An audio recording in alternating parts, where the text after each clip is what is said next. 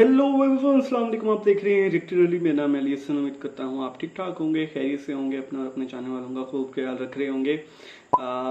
के सर, कृष्ण कुमार कुन्ना, इनकी बायोग्राफी है, इस पर मैं रिएक्ट करने वाला हूँ। इनके बहुत सारे सॉन्ग्स पे मैंने रिएक्ट किया है, बहुत सारी लाइव परफॉर्मेंसेस पे मैंने रिएक्ट किया है। तो अगर आप पहली बार आए हैं और आप के सर के फ़ैन हैं तो आपको एक प्लेलिस्ट मिल जाएगी के सॉन्ग्स के नेम से।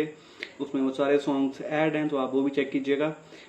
मैंने इनके सॉन्ग्स पे तो रिएक्ट किया, इनके इंटरव्यूज़ पे भी रिएक्ट किया, बट फिर भी मुझे आई थिंक इनकी डे लाइफ का कुछ नॉलेज नहीं है, मुझे काफ़ी नॉलेज नहीं है। मैंने इंटरव्यूज़ में ये जाना था कि ये पहले अपनी लाइफ में जस्ट जिंगल्स करते थे, जो एड्स में सॉन्ग चल रहे होते हैं टीवी कमर्शियल्स में। सो आहिस्ता आहिस्ता आहिस्ता आहिस्ता उनको मेन सॉन्ग्स मिलने लगे, और मुझे ये पता है कि इनको कभी भी अवार्ड्स के लिए ये गाते नहीं थे। ये चाहते थे कि इनको अवार्ड बेशक ना दें, बस अच्छे सॉन्ग्स दें, और इन्होंने बहुत सारे अच्छे सॉन्ग्स हमें दिए हैं। आप 2000 एंड 2010 के बिटवीन एक साल में इतने इतने हिट सॉन्ग्स आप सुन सकते हैं के सर के। सो ये नेशनल बायोग्राफी चैनल, इनका वीडियो है, बायोग्राफी है के सर की, तो सब्सक्राइब कर सकते हैं। आपको इनका लिंक मिल जाएगा डिस्क्रिप्शन में। सो स्टार्ट करते हैं। अपनी सुरीली आवाज से ऑडियंस के दिलों पर राज करने वाले और अपनी म्यूजिकल स्किल से 2000 और 2010 के दशक में इंडियन म्यूजिक इंडस्ट्री में रेवोल्यूशन लाने वाले आर्टिस्ट के कहा करते थे कि एक सिंगर के लिए बिल्कुल ज़रूरी नहीं है कि उसे प्रोमिनेंटली देखा जाए, बल्कि उनका मानना था कि a singer must be heard. एक सिंगर को देखे जाने से ज़्यादा सुनना ज़रूरी है। और ये सच भी तो है। आखिर कोई आर्टिस्ट तभी तक तो प्रोमिनेंटली देखा जा सकता है जब तक उसके शरीर का अस्तित्व है, लेकिन उसके बावजूद उसका म्यूजिक कई मायनों में अमर हो जाता है। आज की इस वीडियो में हम जानेंगे के उनके लिसनर से जुड़ाव के सफर की पूरी कहानी को। तो के स्टेज नेम से famous Indian playback singer Krishna Kumar Kunnath का जन्म 23 अगस्त 1968 को देश की राजधानी दिल्ली में हुआ था। अपनी प्राइमरी एजुकेशन को पूरा करने के लिए के ने दिल्ली में ही स्थित माउंट सेंट मैरी स्कूल में एडमिशन लिया, और यहाँ से अपनी प्राइमरी और सेकेंडरी एजुकेशन को कंप्लीट करने के बाद इन्होंने किरोड़ीमल कॉलेज से कॉमर्स की फील्ड में ग्रेजुएशन की डिग्री हासिल करी। और इसके बाद अपनी डिग्री के आधार पर करीब 6 महीने तक एक मार्केटिंग एग्जीक्यूटिव के रोल में जॉब करी। लेकिन इस सब के दौरान के अंदर सिंगिंग का एक ऐसा नेचुरल टैलेंट पनप रहा था जो खुलकर दुनिया के सामने आने को उत्सुक था। के अपनी पढ़ाई के दिनों में स्कूल और कॉलेज के कई सिंगिंग कॉम्पिटिशन्स में भी पार्टिसिपेट किया करते थे, और इनकी वोकल एबिलिटी को सभी के द्वारा काफ़ी पसंद भी किया जाता था। कहा जाता है कि इस मुकाम तक पहुंचने के लिए आज तक के ने सिंगिंग से जुड़ी किसी भी तरह की किसी फॉर्मल ट्रेनिंग का सहारा नहीं लिया था। खैर, शुरुआती सीख के तौर पर इनकी नानी ने इन्हें संगीत की घरेलू शिक्षा दी थी, जो खुद म्यूजिक की टीचर हुआ करती थी। अपने इसी नेचुरल और गॉड गिफ्टेड टैलेंट को दुनिया तक पहुंचाने के लिए मार्केटिंग एग्जीक्यूटिव की जॉब को छोड़कर साल 1994 में के ने मुंबई जाने का फैसला किया, और मुंबई आने के बाद अपनी किस्मत को आजमाते हुए लुई बैंक, रंजीत बैरोत और लेस्ली लुइस जैसे एस्टैब्लिश्ड सिंगर्स को इन्होंने अपनी डेमो टेप दी। इसके बाद इन्हें यूटीवी के द्वारा बुलाया गया और एक एड शूट के लिए गाना गाने का मौका दिया गया। अपनी सुरीली आवाज़ के दम पर के ने सभी एड कंपनीज को अट्रैक्ट किया, और कुछ ही समय में इनकी डिमांड काफ़ी बढ़ गई। और उस डिमांड का अंदाज़ा आप इसी बात से लगा सकते हो कि करीब 4 साल के टाइम स्पैन में इन्होंने हिंदी सहित 11 लैंग्वेजेस के 3500 जिंगल्स गाए थे। आपको बता दें कि जिंगल्स एक तरह का शॉर्ट सॉन्ग होता है जो मेनली एडवर्टीजमेंट या किसी दूसरे कमर्शियल पर्पस के लिए यूज़ किया जाता है। इसके बाद जिंगल से आगे बढ़कर साल 1996 में के ने AR रहमान के साथ कलूरी साले और हेलो डॉक्टर में एक प्लेबैक सिंगर के रूप में काम किया। उसके बाद तमिल मूवी मिंसरा कनवू के लिए उन्होंने स्ट्रॉबेरी कनई सॉन्ग गाया, और तुरंत ही के को बॉलीवुड से भी बुलावा आ गया। बॉलीवुड के लिए इन्होंने अपना पहला गाना तड़प तड़प के इस दिल में गाया, जिसे 1999 की बॉलीवुड फिल्म हम दिल दे चुके सनम में शामिल किया गया था, और यही गाना इनके म्यूजिकल करियर का टर्निंग पॉइंट बन गया।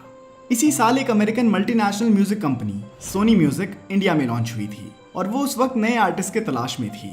सोनी म्यूजिक की इस खोज के बाद जिन आर्टिस्ट को इसमें सेलेक्ट किया गया उसमें के का भी नाम शामिल था, और के लिए ये एक बेहद सुनहरा अवसर था। सोनी म्यूजिक से जुड़ने के तुरंत बाद के ने अपनी सोलो म्यूजिक एल्बम रिलीज करी, जिसका टाइटल था पल। इस एल्बम के कुछ गाने जैसे कि आपकी दुआ, यारो और पल ने कुछ ही दिनों में युवाओं की जुबान पर कब्जा कर लिया था, और के को अपनी इस एल्बम के लिए screen award for best singer भी दिया गया था। इसके बाद के का म्यूजिक करियर आगे बढ़ता गया, और जनवरी 2008 में उन्होंने अपनी दूसरी एल्बम रिलीज करी, जिसका टाइटल था हमसफर। उस एल्बम के भी कई गाने जैसे कि आसमां के, देखो ना और ये कहाँ मिल गए हम काफ़ी हिट हुए। इसी बीच बॉलीवुड की पसंद बन गए थे के। इमरान हाशमी और अक्षय कुमार जैसे एक्टर्स के ऑन स्क्रीन पर्सोना के लिए लगभग हर फिल्म में के ही गाने इस्तेमाल होने लगे। यही वो वक्त भी था जब इंटरनेट का आगमन देश भर में बढ़ने लगा और वहाँ से भी के गानों का दौर उठने लगा। इमरान हाशमी की मूवीज़ में के गानों की अहमियत इतनी बढ़ गई कि उनकी कई फिल्मों को देखने के लिए लोग सिर्फ उनके गानों से आकर्षित होकर आते थे। के हिट गानों की लिस्ट इतनी लंबी है कि अगर मैं नाम लेना शुरू करूं तो शायद शाम हो जाए। इसीलिए आप इस काम में हमारी मदद कीजिए। आपको के का जो भी गाना सबसे ज़्यादा पसंद हो उसका नाम हमें कमेंट्स में ज़रूर बताइए। जिंगल्स और बॉलीवुड सॉन्ग्स के अलावा के ने जस्ट मोहब्बत, शकला का बूम बूम, कुछ झुकी सी पलके, हिप हिप हुर्रे और जस्ट डांस जैसे कई टीवी शोज में भी गाया। इसके साथ ही आज तक के एक टीवी शो सुरीली बात में भी के नजर आए। MTV अनप्लग्ड के तीसरे सीजन में भी इन्होंने परफॉर्म किया और गोवा, दुबई, चेन्नई और हांगकांग जैसी जगहों पर अपनी लाइव परफॉर्मेंसेस के जरिए इन्होंने ऑडियंस के दिलों तक का सफर तय किया।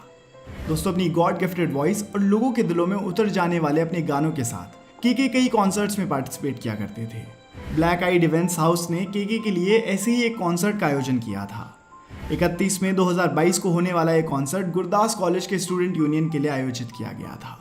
इस कॉन्सर्ट में उमड़ी भीड़ की वजह से इन्हें घबराहट होने लगी और पसीने से तरबतर हो गए। इसी हालत में के को होटल के कमरे में ले जाया गया जहां इनकी हेल्थ और बिगड़ने लगी। आनन फानन में इन्हें हॉस्पिटल ले जाया गया, लेकिन रास्ते में ही उनकी सांसों ने उनका साथ छोड़ दिया और इसी तरीके से के ने अपनी आर्ट को अमर बनाकर इस दुनिया को अलविदा कह दिया। के बेशक आज इस दुनिया को छोड़ चुके हों, पर उनके गाने और उनकी लेगेसी हमेशा ही हमारे बीच जिंदा रहेगी। तो दोस्तों, ये थी के म्यूजिकल करियर के सफ़र की पूरी कहानी। उस सफ़र की कहानी जिसने देश के लाखों करोड़ों लोगों को खुद से मिलवाया, उन्हें अपनी फीलिंग्स को एक्सप्रेस करने के लिए शब्द दिए। दोस्तों, अगर आपको वीडियो पसंद आई हो तो आप इस वीडियो को अपने दोस्तों के साथ ज़रूर शेयर कीजिएगा। धन्यवाद।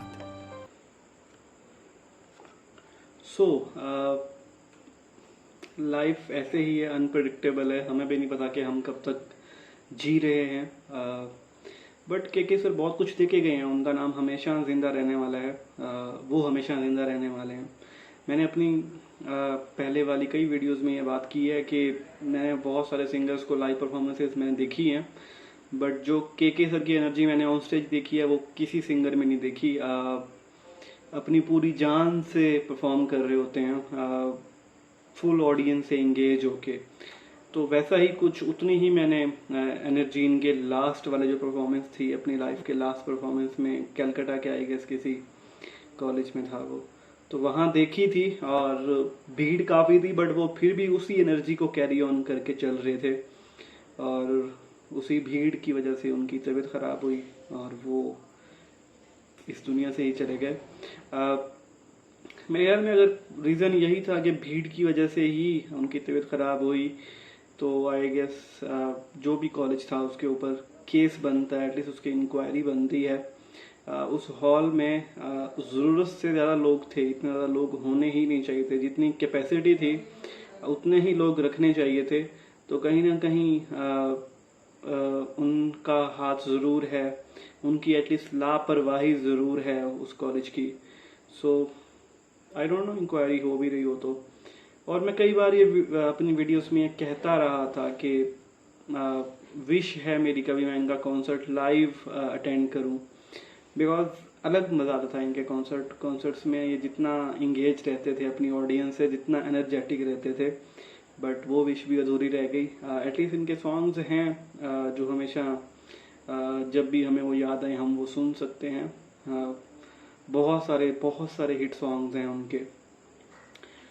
बाकी लाइफ ऐसे ही है, हम सब ने ही एक न एक दिन चले जाना है इस दुनिया से। तो जब तक जी रहे हैं कुछ अच्छा करें, अपना नाम भी के सर की तरह बना के जाएं, ताकि आप जब चले भी जाएं तो लोग आपको अच्छे लफ्ज़ों में आपके अच्छे काम की वजह से आपको हमेशा याद रखें। Thank you so much for watching this video with me. मिलते हैं किसी नए रिएक्शन के साथ, तब तक के लिए अल्लाह निगहबान।